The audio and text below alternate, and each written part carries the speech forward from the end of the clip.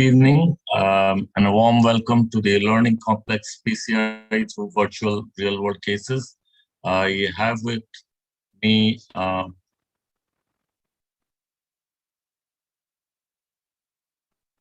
two expert panelists in Dr. Subhanand Roy and Prabhat Kumar Dash, and we have three speakers, Dr. Dibbaranjan Behera, Dr. Farhan Ahmed, and Dr. Satyendranath Datta.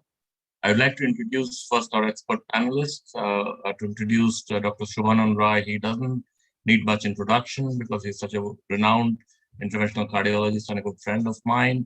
And he's been in this specialty for the last 25 to 30 years now. And he's one of the leading interventional cardiologists in Eastern India with more than 25 years of experience. He's a specialist in complex interventions, including left band stenting, rotablation, IVUS, OCT, FFR, bifurcation, stenting, CTOs, primary angioplasty. He is also well versed in peripheral, carotid, and renal angioplasty and biventricular pacing as well. He has numerous publications in national and international journals and also involved in many path-breaking clinical trials as principal investigator. And he's been a very good teacher as well, teaching a lot of upcoming cardiologists who are actually doing very well in the field of interventional cardiology today. We also have with us Dr. Prabhat Kumar Dash.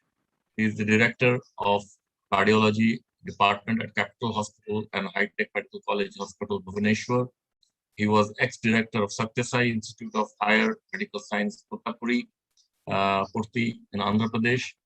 Dr. Dash also has over 20 years of experience in clinical cardiology and residency program training, backed by an illustrious academic and teaching record. Dr. Dash was nominated for the Outstanding Health Professional Worldwide in 2007. He also has a vast experience in electrophysiology. So these are our two expert panelists. We also have with us the speakers of the day, or rather the evening. We have Dr. Dibbaranjan Behera, who is Associate Professor of Cardiology at IMS and Some Hospital in Bhubaneswar. We have Dr. Farhan Ahmed, Assistant Professor, National Institute of Cardiovascular Diseases in Dhaka, Bangladesh, and Dr. Satyendranath Datta, Consultant Interventional Cardiologist at Health Board Hospital, Durgapur. We'll be starting with Dr. Dibbaranjan Behera, who will be talking about a case of calcified lesion, which will be followed by Dr. Farhan Ahmed, who would be talking on case of complex PCI. And the third speaker of the evening, the final speaker, would be Dr. Satyendranath Datta, IVUS guided PCI in acute stent thrombosis. So with this introduction, I would invite our panelists, Dr. Subhanand Roy and Dr. Prabhat Kumar Das, and ask Dr. Dibbaranjan Behera to start his presentation.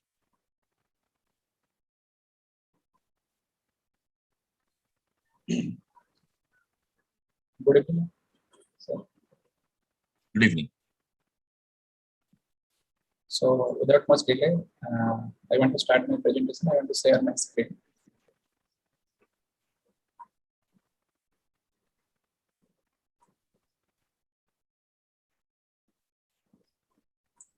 Is it visible, sir? Yes, it is visible.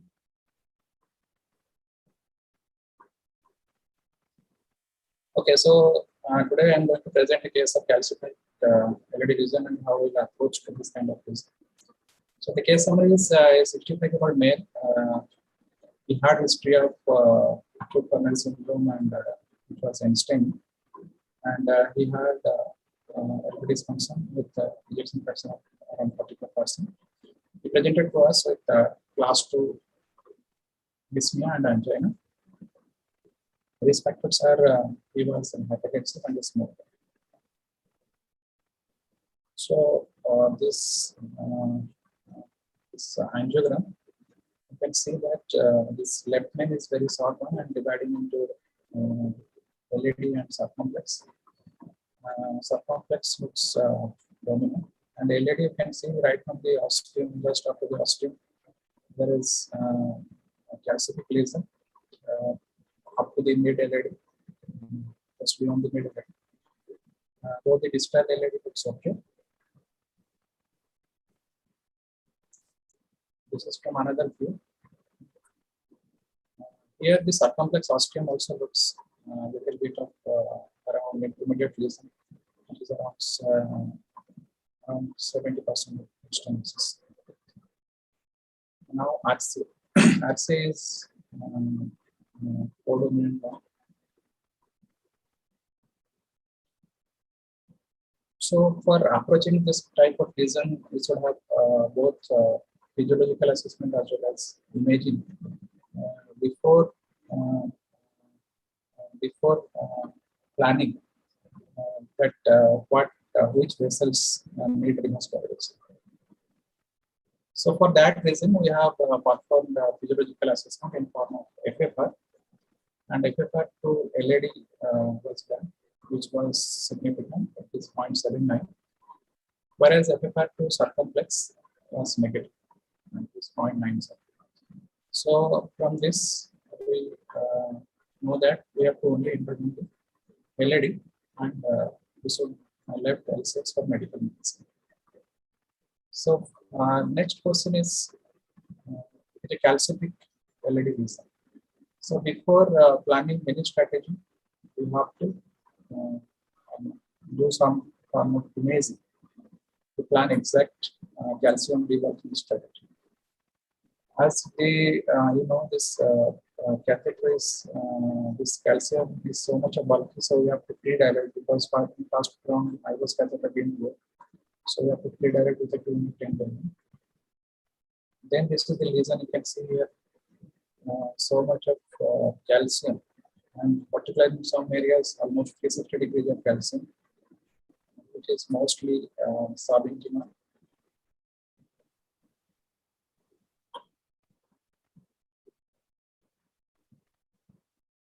And this is the circumflex. Circumflex ostium is free.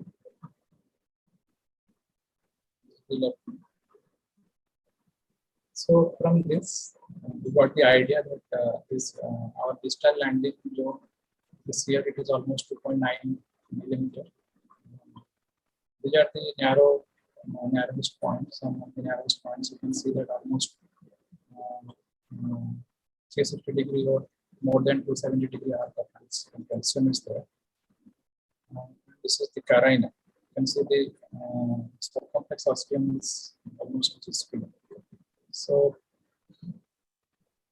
now, how to approach a calcific coronary? There are so many algorithms, but this algorithm looks good. So here they have divided after coronary angiography, whether it is mild calcification or moderate severe calcification. If mild calcification, then only balloon dilatation. And for stent optimization, you can still use IVUS. If there is suboptimal balloon expansion, then you have to go to other methods. So in our case, it is a moderate to severe calcification. So from the IVUS and OCT, there are so many points. You can see here, calcium mark if it is 182 to 270 degree, you have to click 2 points. Calcium mark more than 270 degree, you have to click 3 points. Calcium length more than 5 millimeter, 1 or 2 points. And thickness if it is more than 0.5, this thickness can only be assessed by OCT, but other points can be assessed by IVUS. And if the points are 1 to 2 points, you can go with high pressure NC balloon dilatation. And if suboptimal rigid, you can go to lithotripsy. But if it is little bit of bulkier calcium, 3 to 5 points, then you go with lithotripsy. Other options are if the lithotripsy balloon doesn't cross or there are calcific nodules particularly, then the options are rotor ablation or orbital ablation. So these are the, and if it is totally uncrossable lesion with the smallest balloon available, then the only options left are rotor ablation or orbital ablation. So in our case, it is a moderate to severe calcification, and we got points from 55 points, and we have lithotripsy balloon in all that. So we decided to go ahead with lithotripsy. So based on the IVUS and the distal landing zone, we decided we have to go with 3 millimeter balloon, and because 1:1 balloon dilatation, balloon apposition is required for optimal result of the IVUS. So for the entire region, we have to give these pulses, which is 80 pulses. So a distributed of pulses are collected. And this is the post IVL. This is the angiography. And here it looks that the lumen is quite below. So then we have to put a stent, and based on the size, again we decide size and length, which is also can be measured by the IVUS. So we thought as the circumflex ostium is not at all involved, so we have to land very cautiously just at the ostium of the LAD. So we took a 3 into 40 millimeter, 3 into 48 millimeter drug-eluting stent and deployed at 14 atmosphere. We have to, and throughout the procedure, I have kept a wire in the circumflex, and in any case, circumflex ostium is compromised so that we can work upon. So this is just after the stent deployment. Then we are post-directed with 3 followed by 3.5 millimeter NC level, high pressure up to 22 atmosphere.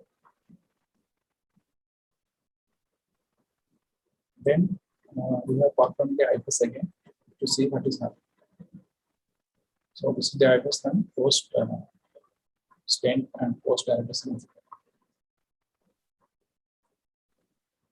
So distal is quite nice, there is no edge dissection. Stent looks well approached.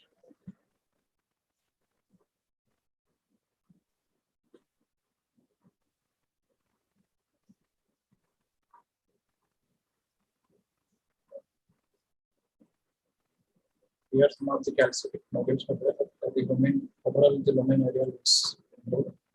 Lumen area stent is also well approached.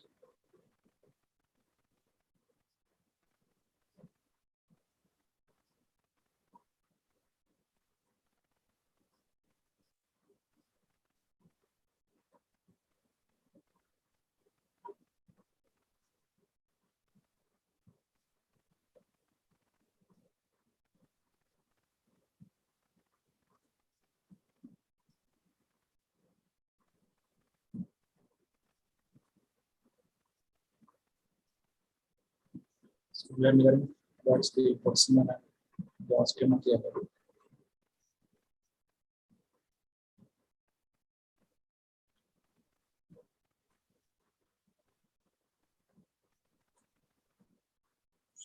It's almost where it should be. Carina.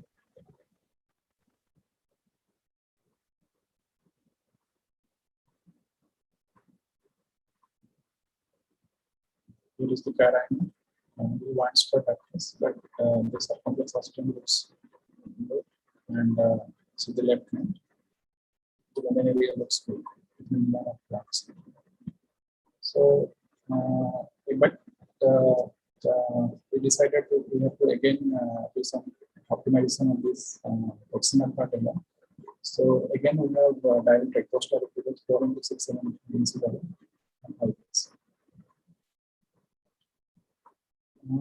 Post this LAD stent also we have to again do the FFR to know whether how the result of our LAD and also what is the what is this circumflex FFR also looks like, whether it is changed or not. So the LAD FFR into 0.97, circumflex also not significant. This is the final result.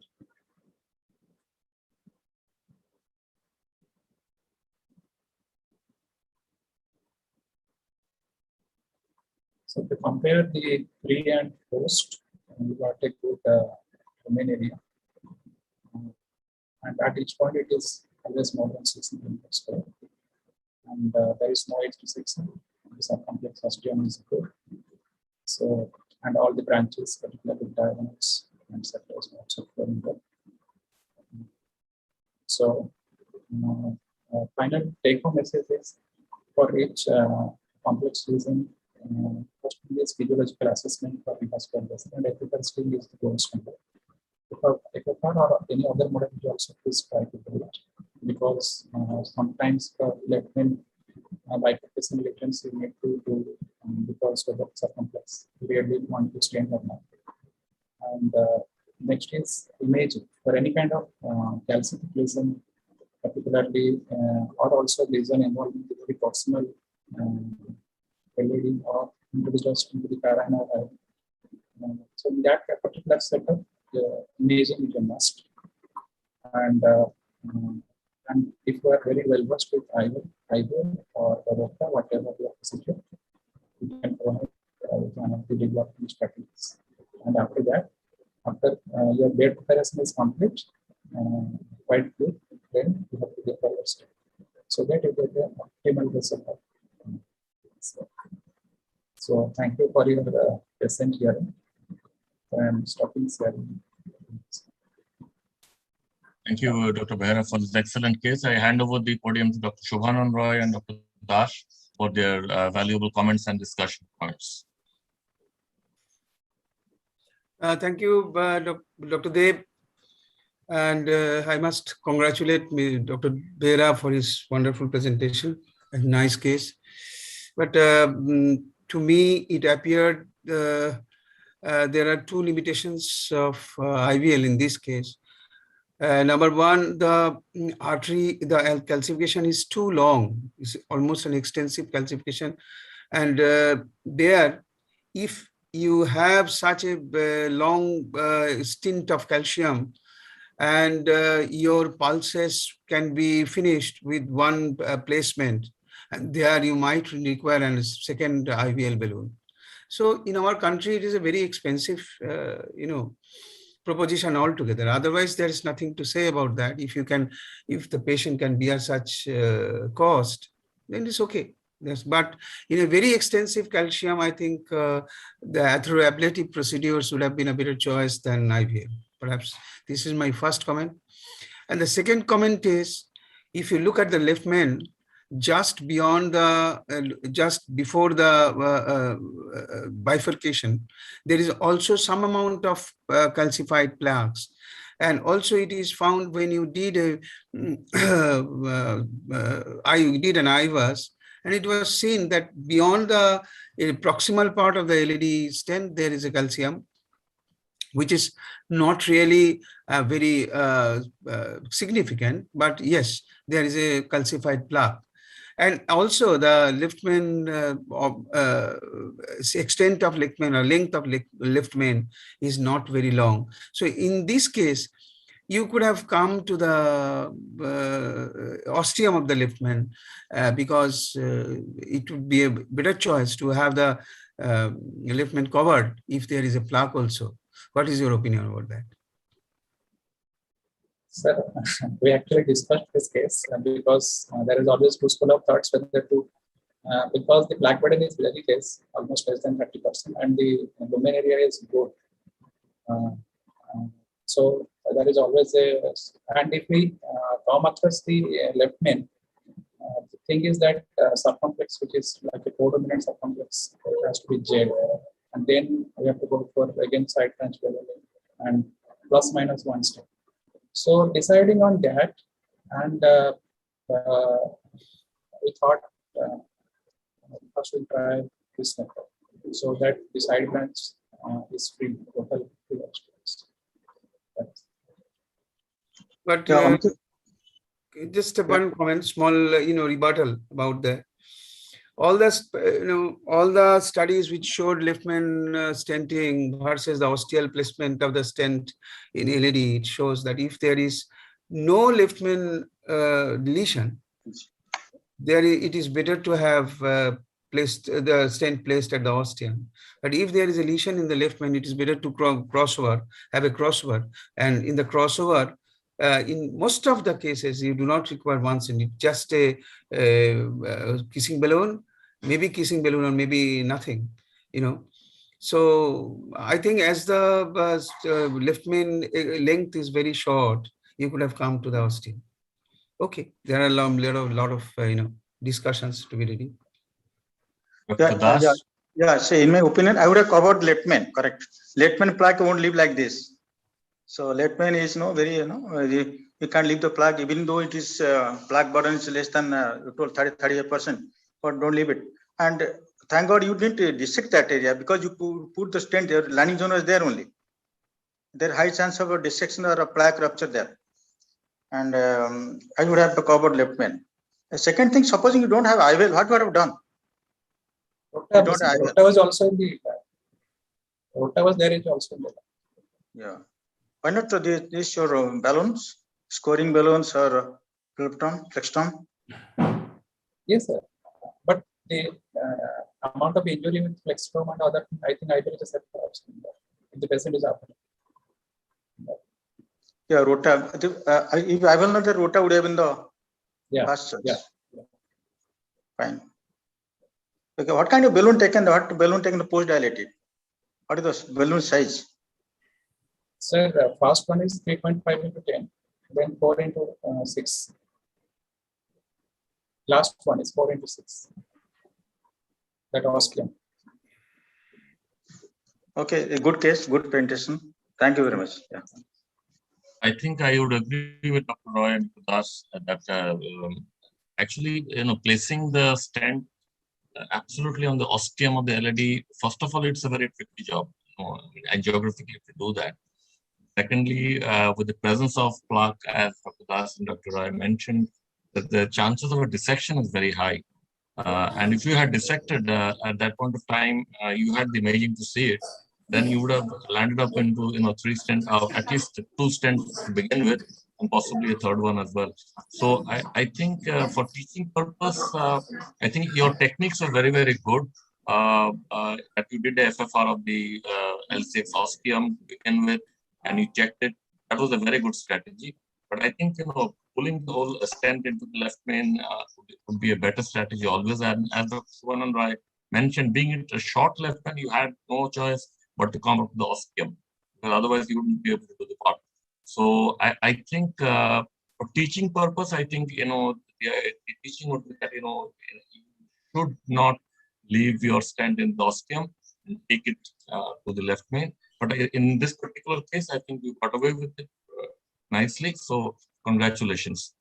So we'll go over to our next case by Dr. Farhan Ahmed, and she's assistant professor at National Institute of Cardiovascular Diseases, Dhaka, and she'll be talking about a case of complex PCI. So, Dr. Farhan Ahmed, I invite you to our forum. Please share your slides and start your presentation. Thank you, sir. Good evening, everyone. Am I audible? Yeah, we can hear you. Can be a little louder if possible. Okay. Respected chairperson, panelists, and ladies and gentlemen, very good evening. I'm Dr. Farhan Ahmed, working in National Institute of Cardiovascular Disease. This is my institution. This is the mother institute of our country. Percutaneous coronary intervention of severely calcified lesion is known to result in lower procedural success rate, higher complication rate, worse long-term clinical outcome compared to non-calcified lesion, and adequate lesion preparation through calcium modification is crucial in ensuring procedural success and reducing adverse cardiovascular outcome. My case is a 63-year-old gentleman presented with chest pain, severe central chest pain for last 3 to 4 hours. Patient had history of class 3 angina for last 1 year. Patient is hypertensive, patient was smoker, and on admission, patient was hemodynamically stable. But later on, patient's pulse become unstable, sometimes develop severe bradycardia, and the patient's blood pressure also unstable. And his tropi was 3 nanogram per ml. EKG showing T inversion and ST depression in anterior lead, and echo was inferior wall is thin echogenic akinetic, anteroseptal wall hypokinetic, and ejection fraction was around 40%. So we are dealing with a patient with non-STMI, with unstable hemodynamic, and continued chest pain. What we do as the patient, and we start our medical management as soon as possible. After getting the medical management, the patient's chest pain was not subsided. So we took the patient to cath lab. And our angio revealed there is a very tight lesion in the proximal part of LAD and also mid part of LAD. And the tramline calcium was visible even in coronary angiogram in LAD. And there is also a tight lesion in the proximal part of LCX. Left main is disease-free angiographically. And RCA, there is CTO lesion. RCA is total occlusion from its proximal part. And there is a retrograde filling from the left side. In this situation, patient have triple vessel disease, calcified LAD, patient have continued chest pain. What should you do? Should we fix the lesion in LAD LCX or patient should go for emergency CABG?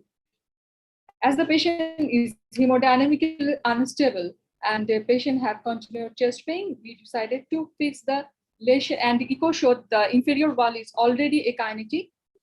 So we decided to fix the lesion in LAD and LCX. And we took 7 French EVU guide catheter and hook it into the left system. Patient was on temporary pacemaker as the patient's heart rate was unstable. And we decided to fix the LCX lesion first.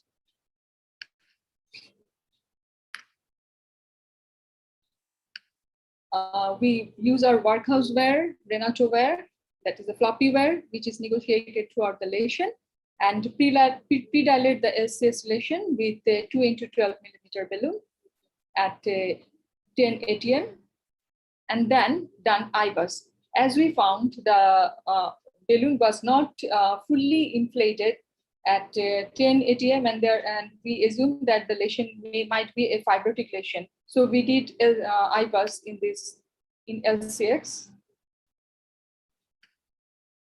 And IVUS found there's a very tight lesion, 2 millimeter diameter at the site of lesion. And the lesion was really fibrotic.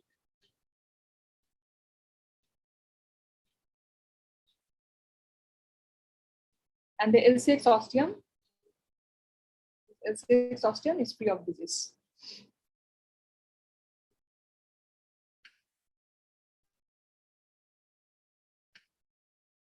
Then we took 3 into 38 millimeter DES stent and deployed it at 12 ATM. But after deployment, at the site of the lesion, the stent is underexpanded. Then we go a little bit higher ATM, but still there is underexpansion in the proximal part of LCX.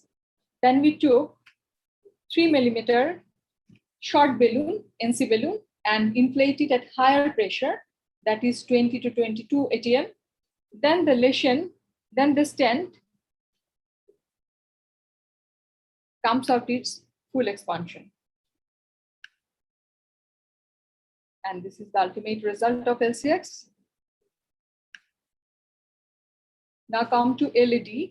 We can negotiate where LAD with some difficulties facing in the middle part of the lesion, in the mid lesion. And then we took 2 into 12 millimeter balloon, but we failed to negotiate it into our distal lesion. Then what we did, we just pre-dilate our proximal lesion and did IVUS. And IVUS showing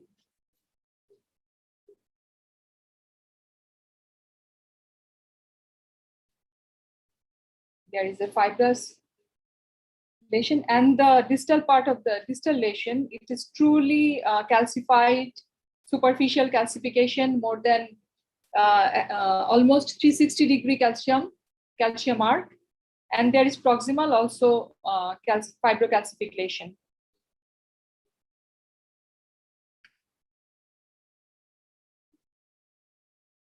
There's diffuse disease in LED.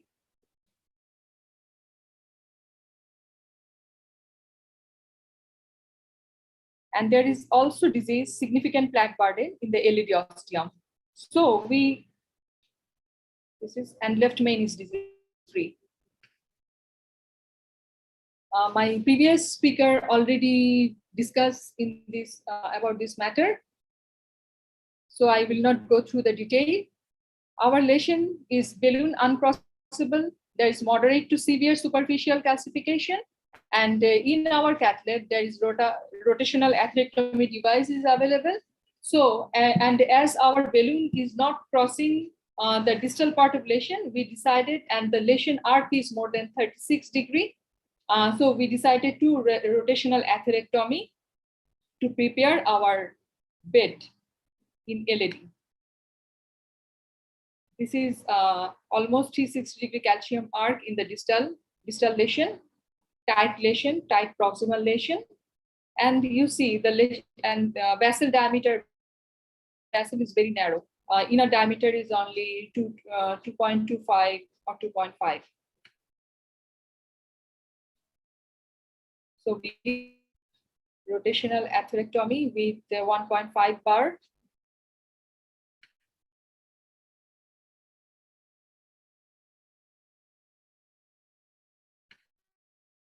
And after rotational atherectomy, we can fill to make a crack, sufficient crack in the lesion.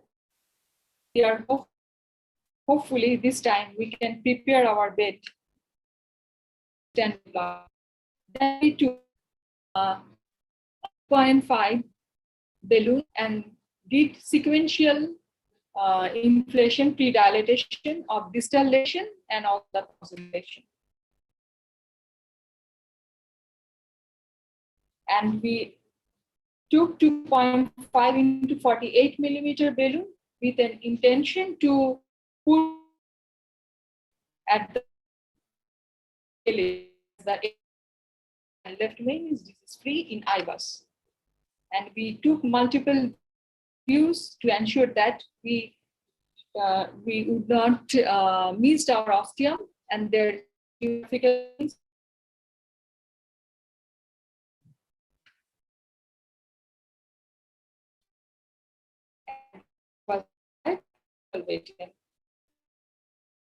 and it post millimeter 10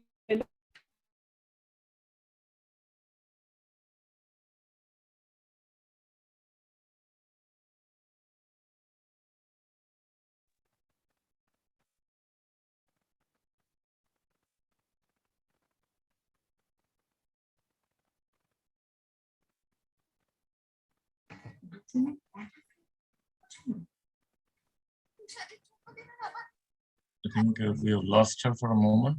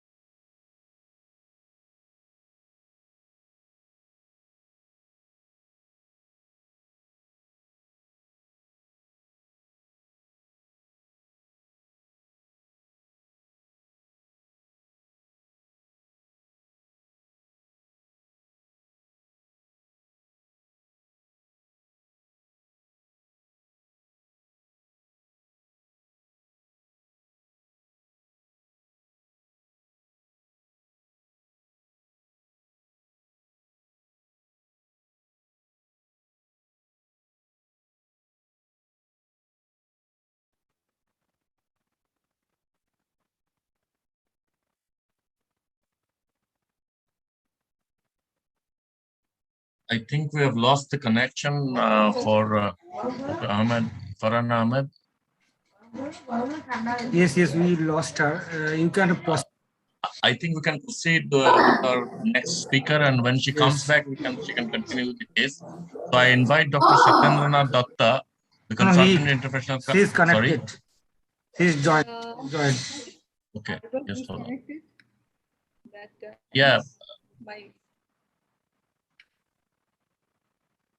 I was. Yeah, it's all right. Yeah, that can happen. You can continue the presentation, please. Where I was at the time of my disconnection. You're there. That's right. Okay.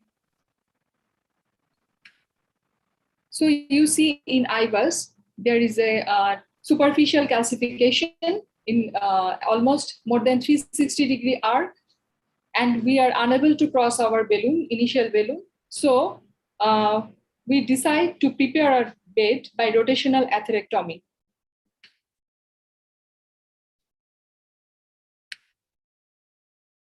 Here, there is superficial calcium with arc more than almost it is 360-degree, and the caliber of the vessel is very narrow, 2 to 2.5 like that. So we done rotational atherectomy with 1.5 bar.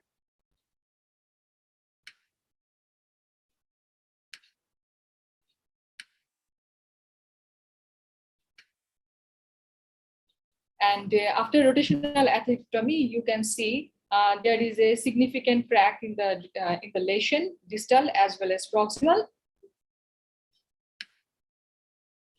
And we then do gradual sequential dilatation with 2 and 2.5 balloon of our proximal and both proximal and distal lesion.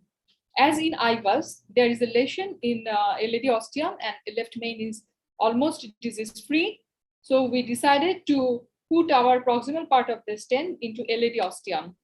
And we took multiple view so that we would not miss the ostium, and we should not do any geographical miss. And we deployed 2.5 into 48 millimeter stent covering the LAD ostium. And then we do post dilatation with 3 into 10 millimeter balloon at 14 to 16 ATM.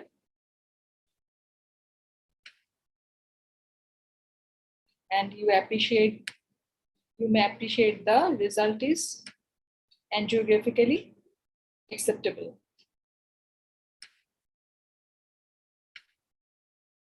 And this is the ECG after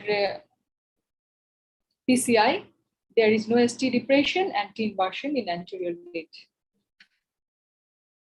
And regarding RCA, as we already seen in echocardiogram that the inferior wall is thin and akinetic already. So we decided to do myocardial perfusion imaging. And if there is any sign of viability, then we go for revascularization. And patient, meanwhile, in the meantime, the patient was hemodynamically stable, her BP rise, her pulse was fixed. So my take-home message is coronary artery calcification continue to increase in prevalence in parallel with an aging patient. PCI of calcified coronary artery lesion remains a persistent challenge in contemporary interventional practice. Growing use of intravascular imaging to inform a strategic treatment algorithm is providing critical to optimal patient management. Newer device technologies increasingly facilitate more complete and effective revascularization with superior short-term procedural result and long-term patient outcome. In our case, use of IVUS and rotablation made our life in cath lab easier in decision-making as well as treatment of the patient. And this is our cath lab team headed by Professor Pradeep Kumar Karmakar. And thank you all for your patience and sorry for my network. Thank you. Thank you, Dr. Farhana, for your wonderful case. I think I invite Dr. Rai and Dr. Das to comment and make some takeaway messages from this, right? First of all, it's a nice case, but it raises more questions than answers. First of all, a patient who is having unstable angina, maybe not in STEMI, and having hypokinesia of the LAD, why the LAD is not addressed, and having chest pain, why the LAD is not addressed first. I was I would have gone for the LAD first. This number one. Number two, if you find that yes, the circumflex is not opening, you need to open that before putting a stent. If you see that there is a fibrotic lesion, you need to open it by a cutting balloon, scoring balloon, whatsoever. And even rota is not for only calcified lesions. It can cut fibrotic lesions too.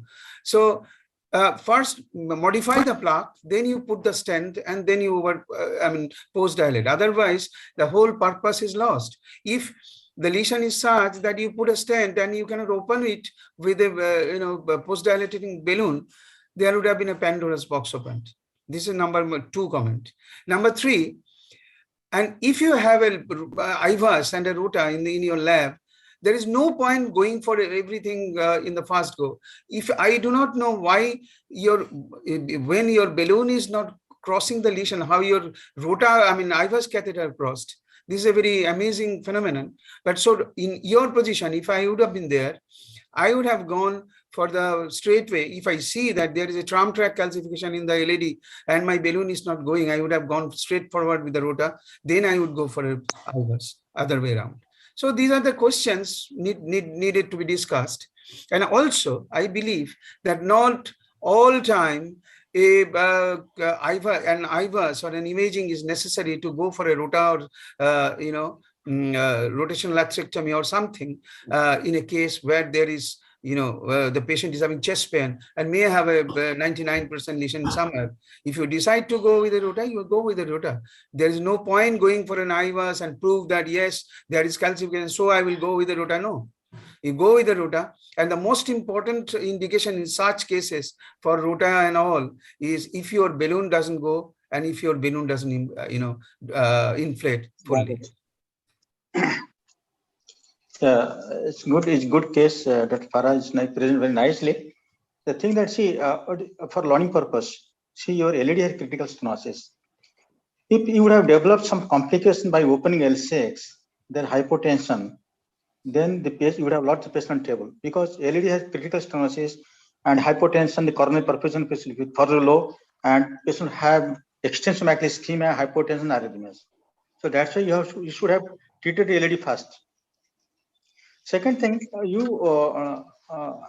Dr. Shivan Roy told that, so no need to actually put, if patient is a very sick patient, you put your IVUS catheter, that will block LAD further.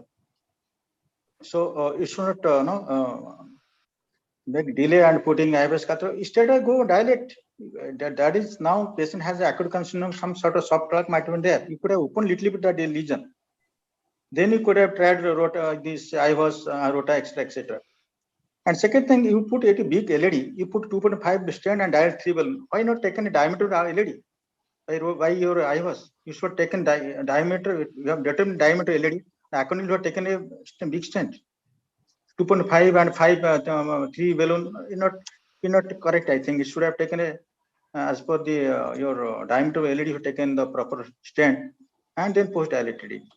And you have got a long lesion, and after dilation not done, a post procedure IVUS are not done, because already the IVUS with you should have done a post IVUS. That was not done. So the reason on the whole, on the whole, your good case, good presentation. But these are the things.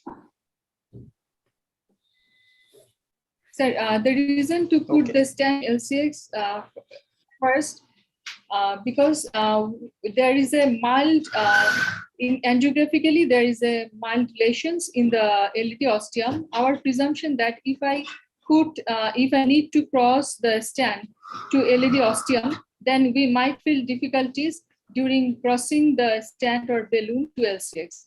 That is the reason we first fix LCX. And in case of LED lesion, we select the diameter of the stent by seeing the IVUS. LED is distal part of reference diameter of LED is only 2.25. So we took 2.25 stent, 2.5 stent, and accordingly post dilate. And our post procedural IVUS showing there is a oval apposition of the stent to LED. Okay. No, the point is here I may want to make a small comment here.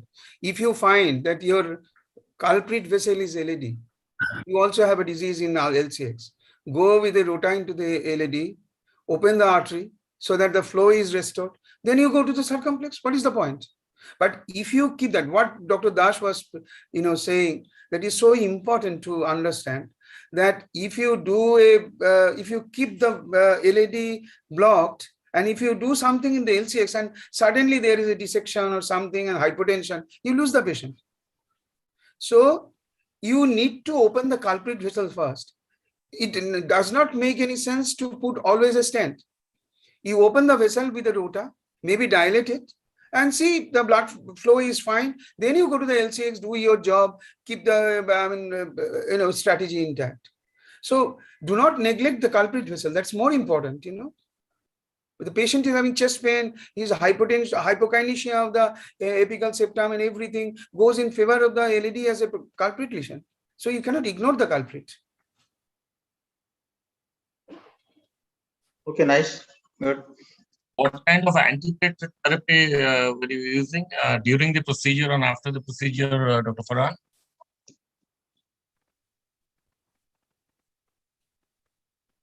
Antiplatelet. Sorry? Antiplatelet. What kind of antiplatelet therapies did you use during the procedure and after the procedure? Ecosprin and after ticagrelor, sir.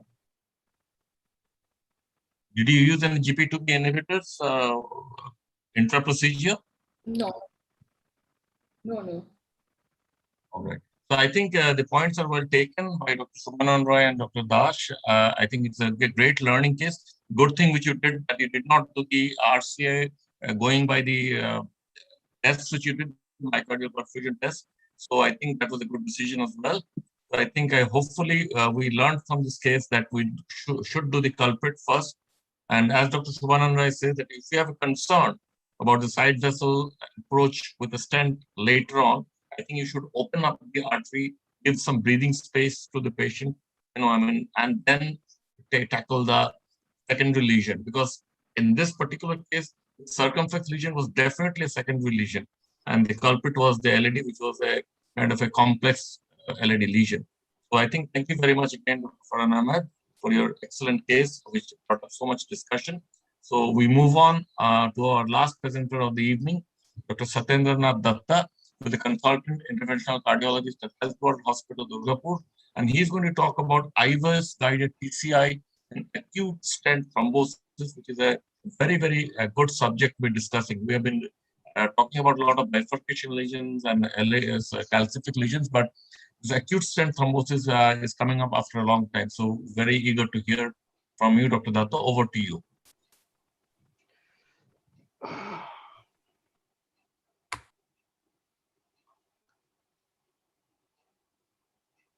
Am I audible, sir?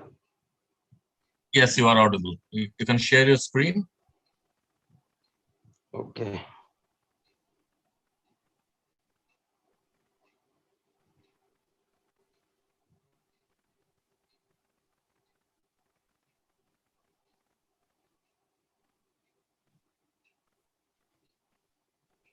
We can see your screen. Very good evening to the esteemed chairperson, panelist, and my fellow speakers. So I'm going to discuss about a case we have just faced a month ago in our lab. This is a case of acute stent thrombosis. We have to do a redo PCI, and we used IVUS as our guide. So this 44-year-old gentleman, farmer by occupation from Malda, known hypertensive and a strong family history of coronary artery disease, presented to our hospital for a history of chest pain for some duration. His ECG shows a ST elevation in lead 2-3 AVF with a complete AV dissociation, but the escape rate was around 75 per minute. His blood pressure was 80/50. Echo showed a ejection fraction of 40% with RWM in the inferior wall. So this is the coronary angiogram we took of the patient. The left system is essentially divided up in significant obstructive lesions. The right coronary artery, as we can see, has 100% occlusion from the proximal part, and the patient was straightaway taken for PCI. So we used a 6 French JR guide catheter. Run through floppy wire was used to cross the lesion. Pre-dilatation done with 2 by 12 millimeters semi-compliant balloon. Lesion stented with a 348 DES, and post-dilatation done with 3 by 12 millimeter NC up to 18 ATM. TIMI flow was achieved. Patient was put on a temporary pacemaker during the procedure. As you can see, after pre-dilatation, the angiogram, you can see the stenting, post-dilatation, and post-dilatation. After the post-dilatation, this was the final result. We were satisfied, and the patient was shifted to ICU. He was kept on the TPI overnight, and post PCI next morning the patient was in sinus rhythm. TPI was removed. BP was 110/70, pulse rate over 90. He was kept on aspirin, clopidogrel, atorvastatin. But on the next day early morning, the patient had a episode of VT. He was cardioverted, intubated, and ECG again showed CHB. He was taken straight away to the cath lab for TPI and check angio. This was the angio we found. The next day morning, as you can see, the vessel is occluded proximal to the stent. TPI was reinserted. Loading was ticagrelor was given, and multiple runs of thrombosuction, intracoronary GTN, ecorandil, adenosine given, and after a lot of effort, we got this. So as you can see in this angiogram, there was a significant unhealthy area just proximal edge of the stent, and also in the distal edge of the stent, starting from the mid part. So we decided to go for an IVUS run to see whether the characterize the disease parts. And as you can see in the IVUS, the distal edge of the stent, there is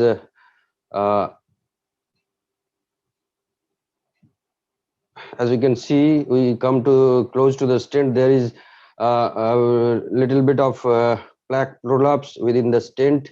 As you can see, we're coming to the stent, and there is plaque prolapse within the stent. Probably our landing zone was not healthy when we landed the stent. And as we go to the mid part, there is a significant recoil and under expansion of the stent throughout the whole stent area up to the proximal part. So we decided to stent it further and cover up all the disease from distal to proximal part. And so you took a 3.48 into 48 millimeter stent in the distal part and dilated with and expanded, and the proximal part 3.5 into 23 millimeter DES at 12 ATM. So we post dilated it with 3.5 by 12 millimeter NC up to 18 ATM, and this is the post-stenting IVUS run. We got a reasonably good expansion from the distal edge to the proximal part of the stent. As you can see, the mid part, they're well opposed, and the proximal part also. We got an area of almost 3 all throughout the stent, and this is the final result.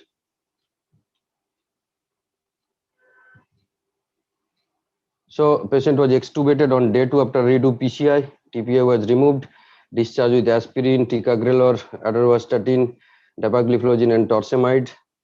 So as you can see, intravenous imaging has guided us in treating this acute stent thrombosis patient. Thank you, and I would like to like the comments of our experienced chairperson and experienced panelist regarding this. How could we have prevented such an event, or what I should do next in a next case to prevent these type of mishaps? Dr. Ray? Dr. Dotto has done a good case, I must say, but primary angioplasty demands something, basically. The most important thing is sizing of the artery. And we know when there is an ST elevation MI, there is a lot of thrombus inside the artery, so the artery looks smaller. So it is better to choose a stent according to the proximal size of the stent. Yeah, I mean proximal size of the vessel. If you find that the proximal artery is around 3.5, you have to take a 3.5 millimeter stent. Otherwise, if you take a smaller stent, you need to go up to the proximal diameter. This is a safe bet to prevent under expansion of the stent. This is number one. Number two is, if you use a long stent, you need to post dilate, because in a situation when there is a lot of thrombus inside the vessel, your stent will not be fully dilated unless you post dilate, or unless you do some imaging and see that yes, it is apposed. So in most of the labs, we do not do imaging in all cases of primary angioplasty. We go by certain rules. One is to choose a bigger stent according to the proximal diameter, and number two, always post dilating the stent with a bigger balloon so that the stent apposition is confirmed. Number three is, then a very important learning is, do not put a long stent in a stent thrombosis area. It makes no sense. If you find that yes, your distal end, there is a dissection, you cover it with a smaller stent distally. Your proximal end is a dissection, you cover the stent in the proximal part. But in the other parts of the stent, which is under-expanded, there is no point putting another stent. It just needed a post-dilatation with a bigger balloon. So if you use another metal, and this will be a jungle of metal, and it makes no sense. So these are the three important points which I wanted to make. So what to Dr. Das? Thank you, sir. We do post dilate in the first case, but I used a 1:1 balloon of 3/12. I didn't post dilate it with 3.5 in the first place. That might be of some problem later on. Your proximal part was 3.5. 3.5, so yes. You probably would have better to choose a 3.5 millimeter stent and go up to 3.5 millimeter. Then you could have avoided this. Okay. Yeah, correct. No, before giving ticagrelor, when you are giving clopidogrel, you used to get some few cases of stent thrombosis. So as Dr. Roy told, you don't put actually in stent, never put a stent. Always take a bigger balloon, dilate it. And if you got by IVUS, I have not done a single case IVUS in stent thrombosis. Thank God you have done IVUS and you got something there. To see that some age dissection there, you can cover with another stent, but not the whole stent can you cover with another stent.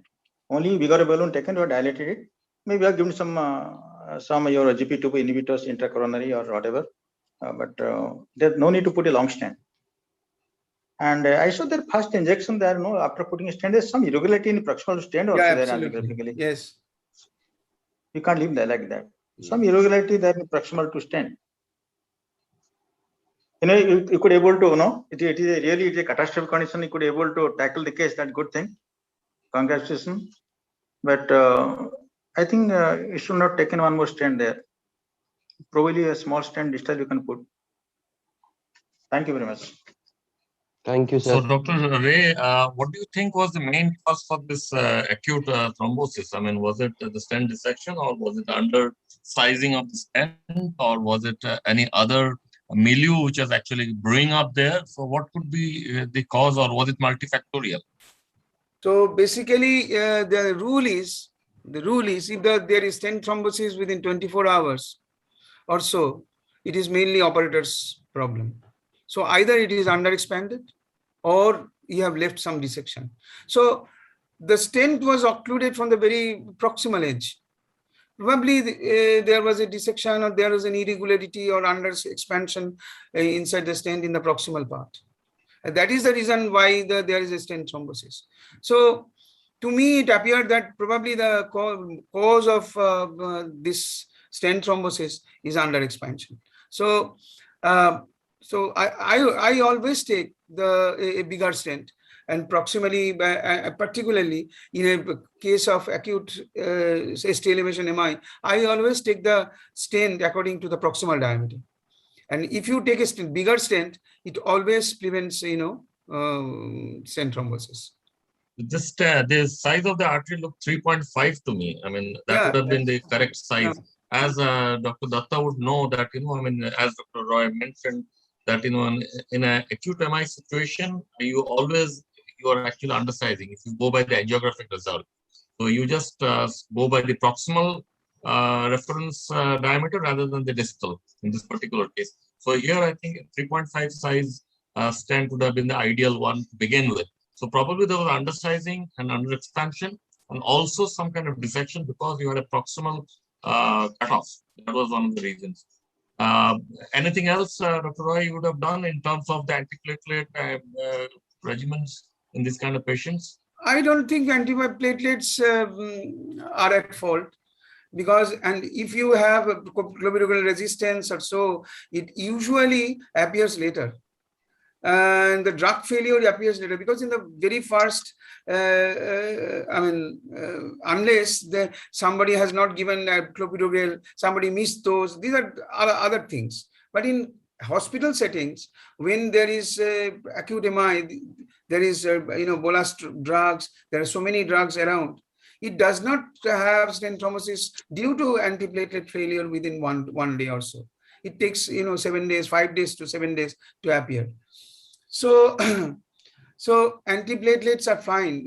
Ticagrelor, clopidogrel is not bad, and even in the newer trials have shown that in acute situation, clopidogrel is better than ticagrelor. In some new studies have shown, and almost equal, I believe so. So I do not find ticagrelor much better than clopidogrel in incidence, except if you can, confirm that there is a clopidogrel resistance. Otherwise, I think they are all same. So if you have clopidogrel on board, depend on it, and in most of the cases, clopidogrel is a very safe antiplatelet. No point about going about this thing. In this particular case, Dr. Das and Dr. Roy, I mean, where you thought there was a possibility or there was some haziness, you're not happy with the proximal part of the stent after you have stented, would you have done an imaging if you had it in hand, just to confirm? Basically, look, everyone. This is on retrospectively we are talking. Yeah, but the point is, we work in a situation in a country where everything is paid by the patients, and imaging is fine, but you cannot do imaging in all cases. No, not all cases. This is a particular case where you actually caught or you are actually suspecting a problem in the proximal part of the stent when you have finished. Yeah, basically, I would have gone for a bigger balloon first, and if still it remained, then I would have gone for imaging. Otherwise, not. Dr. Das? The same thing actually, we have not used any time IVUS in stent thrombosis. As told, always go bigger balloon dilated and give intracoronary some antiplatelets, BGP2 inhibitors, nadinosin, even sometimes given also adrenaline also, if there's slow flow. I never use IVUS. IVUS expensive. Okay, I think Dr. Datta, it was a wonderful case, and after a long time we have seen. Patient not platelet before. If you are giving just antiplatelet on the table, so I would like to give either the ticagrelor. Yeah.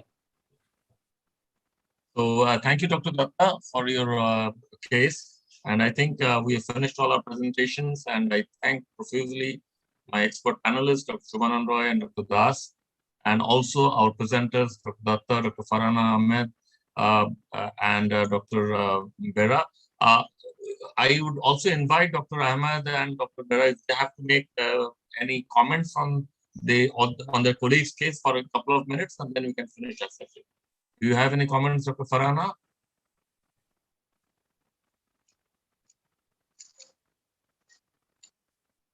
I think they're off. So I think Dr. Roy and Dr. Das, we can close our session. Yes, okay, sir, Dr. Farhana, do you want to make a comment on your colleague's case? How would you treat acute stent thrombosis in your cath lab?